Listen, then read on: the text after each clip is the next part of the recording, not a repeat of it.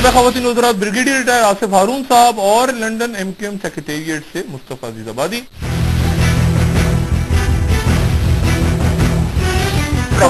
Closing remarks आपकी तरफ से। शायद मुझसे साहब अब आखिरी जुमला आप खुद सुन लीजिए ब्रिगेडियर साहब का, ये अफसाना भी हो सकता है। तो अब मैं तो आज छोड़ता हूँ, ये पाकिस्तान के अवाम पर अब ये फैसला करें कि देखें किस किस तरह से आज कह रहे हैं कि अफसाना भी हो सकता है, गोया कि हमें मुल्क दुश्मन और गद्दार साबित करने के लिए कैसे कैसे अफसाने घड़े गए और आज पूरी सूरत हाल पे कह रहे हैं कि ये अफसाना भी हो सकता है। और एक चीज और, मैं एक बात और भी कह दूं, जिस तरह ये जिनापुर का ड्रामा रचाया गया, इसी तरह जब टॉर्चर सेलों का भी ड्रामा रचाया गया और वहां पर देखिए जो साथियों को ले जाके वो टॉर्चर सेल दिखाया गया कि जी ये एमक्यूएम के टॉर्चर सेल है, यहाँ तशद्दुद किया जाता था। और जब साथियों ने सवाल किया कि साहब ये तो बड़ी यहाँ जो रस्सियां लटकी हुई है ये तो बड़ी ताजा है, ये किस दौर की बात कर रहे हैं आप? नसीरुल्लाह बाबर के दौर की या उस दौर की? 92 की बात कर रहा हूँ, जबकि ब्रिगेडियर साहब जिस दौरान वहाँ ब्रीफिंग दिया करते थे, मैं उसी दौरान की बात कर रहा हूँ। उसी आगाज में, ऑपरेशन के आगाज में साथियों को बुलाकर एमक्यूएम को बदनाम करने के लिए ये दावा भी किया गया कि एमक्यूएम के पास 1 लाख क्लाशनकोफे हैं। और जब ऑपरेशन शुरू किया गया, एक एक इलाके के एक एक घर को खोद दिया गया, एमक्यूएम के एक एक दफ्तर को खोद दिया गया और जब पार्कों को खोद दिया गया, जब कहीं से कोई असला बरामद नहीं हुआ, तो जब साथियों ने सवाल किया कि आप तो दावा करते थे कि जी एमक्यूएम के पास 1 लाख क्लाशनकोफे हैं, वो कहाँ है, आप इतने दिनों से छापे मार रहे हैं, तो बड़ी मासूमियत से ये जवाब दिया गया कि जी वो एमक्यूएम वाले बहुत चालाक हैं और इन्होंने ऑपरेशन होते इन्होंने जो सारी क्लाशनकोफे छुपा दी हैं।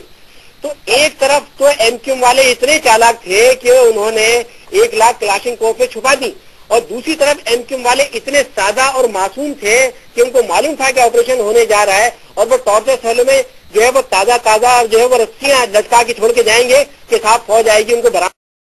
जिनापुर की तरह ये सारा कुछ भी ड्रामा किया गया एमक्यूएम को बदनाम करने के लिए पूरे मुल्क में, खासतौर पर पंजाब के सादा लो अवाम को हमसे बदनाम करने के लिए। देखिए जो कुछ ब्रिगेडियर साहब टॉर्चर सेल की ब्रीफिंग भी आप दे रहे थे? जी हाँ जी बिल्कुल। और ये अभी यहाँ पर मैं कुछ चीजें क्लियर करूं कि जहाँ तक मेरा रोल था, मैं तो स्पोक्समैन था और प्रेस ब्रीफिंग्स करता था। ये छापे मारना मेरा कोई काम नहीं था, वो उस पर ट्रप्स लगे हुए थे, ब्रिगेड कमांडर्स, यूनिट कमांडर्स लगे हुए थे। हाँ, जब वाकया हो जाता था, जो चीजें मीडिया को बताने के लिए होती थी वो मुझे बताई जाती थी और मैं वहां पर मीडिया को लेके जाता था। इसमें जो है ये टॉर्चर सेल्स कम से कम 3 मुझे याद है, एक वो लाइन्स एरिया का था, 2 और थे, जहाँ पर मैं पूरी मीडिया टीम को लेके गया। फॉरेन मीडिया वाले भी थे और वो टॉर्चर सेल ड्राफ्ट जो है वो मैंने जरूर अपनी ब्रीफिंग में बताए। और जहाँ तक ये वो कह रहे हैं कि जी वो क्लाशनकोफ वगैरह नहीं थे उठाना, ये भी वो इंटेलिजेंस रिपोर्ट ये थी कि इनके पास बहुत ह्यूज स्टॉक्स पड़े हुए थे, लेकिन ये जो ऑपरेशन जो है वो इन्होंने जो डिले भी करवाया, वरना ये हो सकता था कि 18 जून से पहले ही शुरू हो जाता। ये डिले कराने की यही वजह थी कि वो सारे स्टॉक्स जो है उन लोगों ने अंडरग्राउंड कर लिए। ये इंटेलिजेंस रिपोर्ट उस वक्त कहती थी, इसका मैं खुद जाती तौर पर मैं उसका कोई वो सबूत नहीं दे सकता, लेकिन इंटेलिजेंस रिपोर्ट यही कहती थी कि ये इन लोगों ने सारे जो हैं महफूज कर लिए हैं और सारी इनकी जो टोटल लीडरशिप थी नंबर 1st क्लास की और 2nd क्लास टीयर्स की, वो तो सब चली गई थी। तो पीछे तो सिर्फ एक्टिविस्ट और वर्कर्स ही है जो रह गए थे। जी मुस्तफा साहब ये कह रहे हैं कि 3 टॉर्चर सेल्स में मैं लेके गया। अब आप खुद देख लीजिए, अभी खुद ब्रिगेडियर साहब ने फरमाया कि जी वो इंटेलिजेंस रिपोर्ट्स थी, इन्होंने खुद कुछ नहीं देखा था, सिर्फ रिपोर्ट्स थी।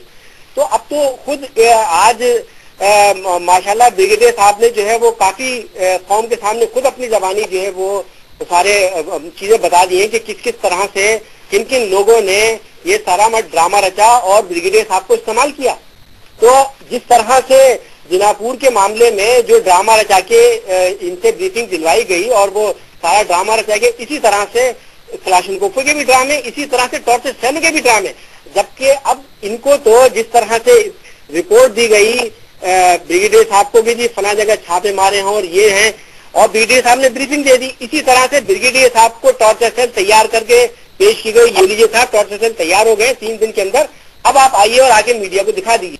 जी ब्रिगेडियर साहब क्या कहेंगे इस पे? نہیں، یہ کم از کم یہ فوج میں اس طرح کی ڈرامہ بازی بالکل نہیں ہوتی ہے. جو فیکٹ ہوتا ہے وہ فیکٹ ہوتا ہے. آپ جی خود فرما رہے ہیں کہ ڈرامے بازی نہیں ہوتی ہے، لیکن ہمیں اسی بات کا تو افسوس ہے. ابھی آپ نے جو پوری گفتگو، جو پوری باتیں بتائی ہیں قوم کے سامنے، تو قوم نے خود اندازہ لگا لیا ہوا کہ کس طرح سے یہ اس کو آپ ڈرامہ، ابھی تو آپ نے اس کو افسانہ تو آپ نے خود تسلیم کر لیا کہ یہ افسانہ بھی ہو سکتا ہے. تو جب ہمارا اتنا بڑا ایک ادارہ، اس ادارے کے کچھ لوگ، ہم پورے ادارے کی بات نہیں کر رہے، ہماری فوج جو ہے بہت پروفیشنل ہے، اس نے ملک کے لیے بہت خدمات انجام دی، اور آج بھی ملک کو بچانے کے لیے وہ دہشت گردوں کے خلاف اپنی جانیں پیش کر رہے ہیں. فوج ہماری بہت اچھی ہے، لیکن بدقسمتی سے فوج میں کچھ عناصر جنہوں نے ہمیشہ ہر دور میں اپنے ذاتی ایجنڈے کو پورا کرنے کے لیے سب کچھ کیا، اور آج بھی ہمارا ایک سب سے بڑا جغرافیے کے لحاظ سے سب سے بڑا صوبہ بلوچستان، وہاں بھی اسی طرح سے جو کچھ ہمارے خلاف کیا گیا، اسی طرح سے وہاں کی عوام کو بھی غدار و ملک دشمن ثابت کیا گیا، اور وہاں پر فوج کی کشی کی گئی. آج صورتحال یہ ہے کہ وہاں یعنی کہ کوئی پاکستان کا جھنڈا لگانے کے لیے تیار نہیں ہے.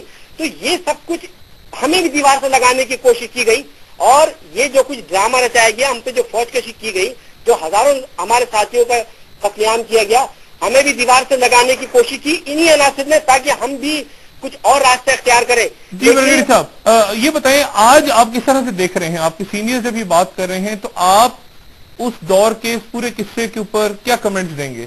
جی، اس دور کے اوپر یہ تھا کہ یہ آپریشن میں اس کا فائدہ یہ ہوا کہ وہ اس وقت جو ہے جو لا اینڈ آرڈر جو بالکل خراب ہو چکا ہوا تھا، وہ ریسٹور ہو گیا، اور سچویشن جو ہے بڑی قدرے بہتر ہو گئی، اور حالات پھر معمول پہ اور نارمل پہ آ گئے. ورنہ تو آپ کی جو ہے وہاں پر نہیں، حالات برگیڈیئر صاحب، حالات جو ہیں وہ تو اگلے کئی سال تک خراب رہے. ایک حکومت آئی، دوسری آئی، تیسری، حالات تو کراچی کے بہت عرصے تک بگڑے رہے. یہ اس کو اپنے انجام تک تو پہنچنے نہیں دیا. The operation had to be suspended in between. Last comments.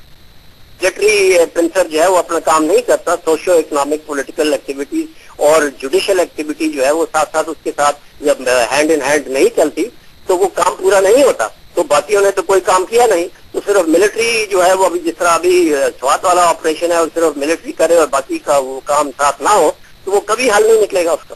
جی مصطفیٰ صاحب، لاسٹ کمنٹ. بریگیڈیئر صاحب جو ہیں وہ بار بار ایک دو اخبارات کا ذکر کر رہے ہیں کہ اخبار میں یہ چیز چھپی. ارے بھائی، آپ جو ہیں وہ ایک عام آدمی نہیں ہیں، آپ فوج کے ترجمان ہیں، آپ بریگیڈیئر کے منصب پر فائز ہیں.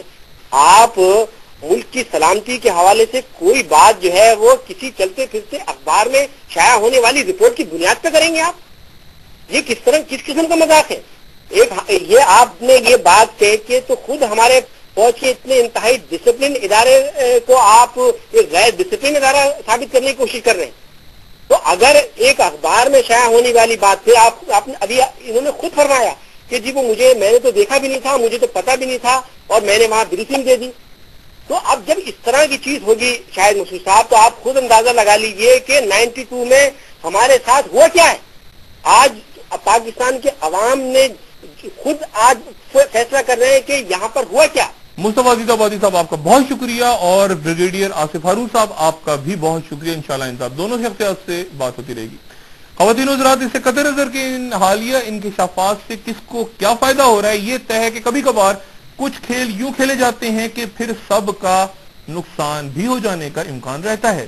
اب نہ صرف اس تمام تر مباحثے میں سیاسی قوتیں بلکہ ماضی کے ریٹائرڈ افسران کے منظر عام پہ آنے کے باعث این تب جبکہ قومی سلامتی سے متعلق ادارے مالاکنڈ، وزیرستان، بلوچستان اور جنوبی پنجاب میں مختلف حساس معاملات میں ملوث ہیں، الجھے ہوئے ہیں، اور شدید ترین بیرونی اور اندرونی دباؤ بھی ریاست پر کبھی امریکی میزائلوں کو بھارت کے خلاف اپ گریڈ کرنے کی خبروں کی این تب جب ہمیں امریکی امداد کا بل منظور ہونے جا رہا ہے، اس سے پہلے اشاعت کی صورت، اور کبھی چمن سرحد کے قریب جیسے کہ کل ہوا نیٹو قافلوں پہ حملہ، اور یہ دباؤ ظاہر ہے بڑھ رہا ہے. ان اداروں کو بھی اچانک موضوع بحث بنا لیا گیا ہے. پیچھے کون سی قوتیں ہو سکتی ہیں، اللہ ہمیں غور و فکر کی دعوت دیتا ہے.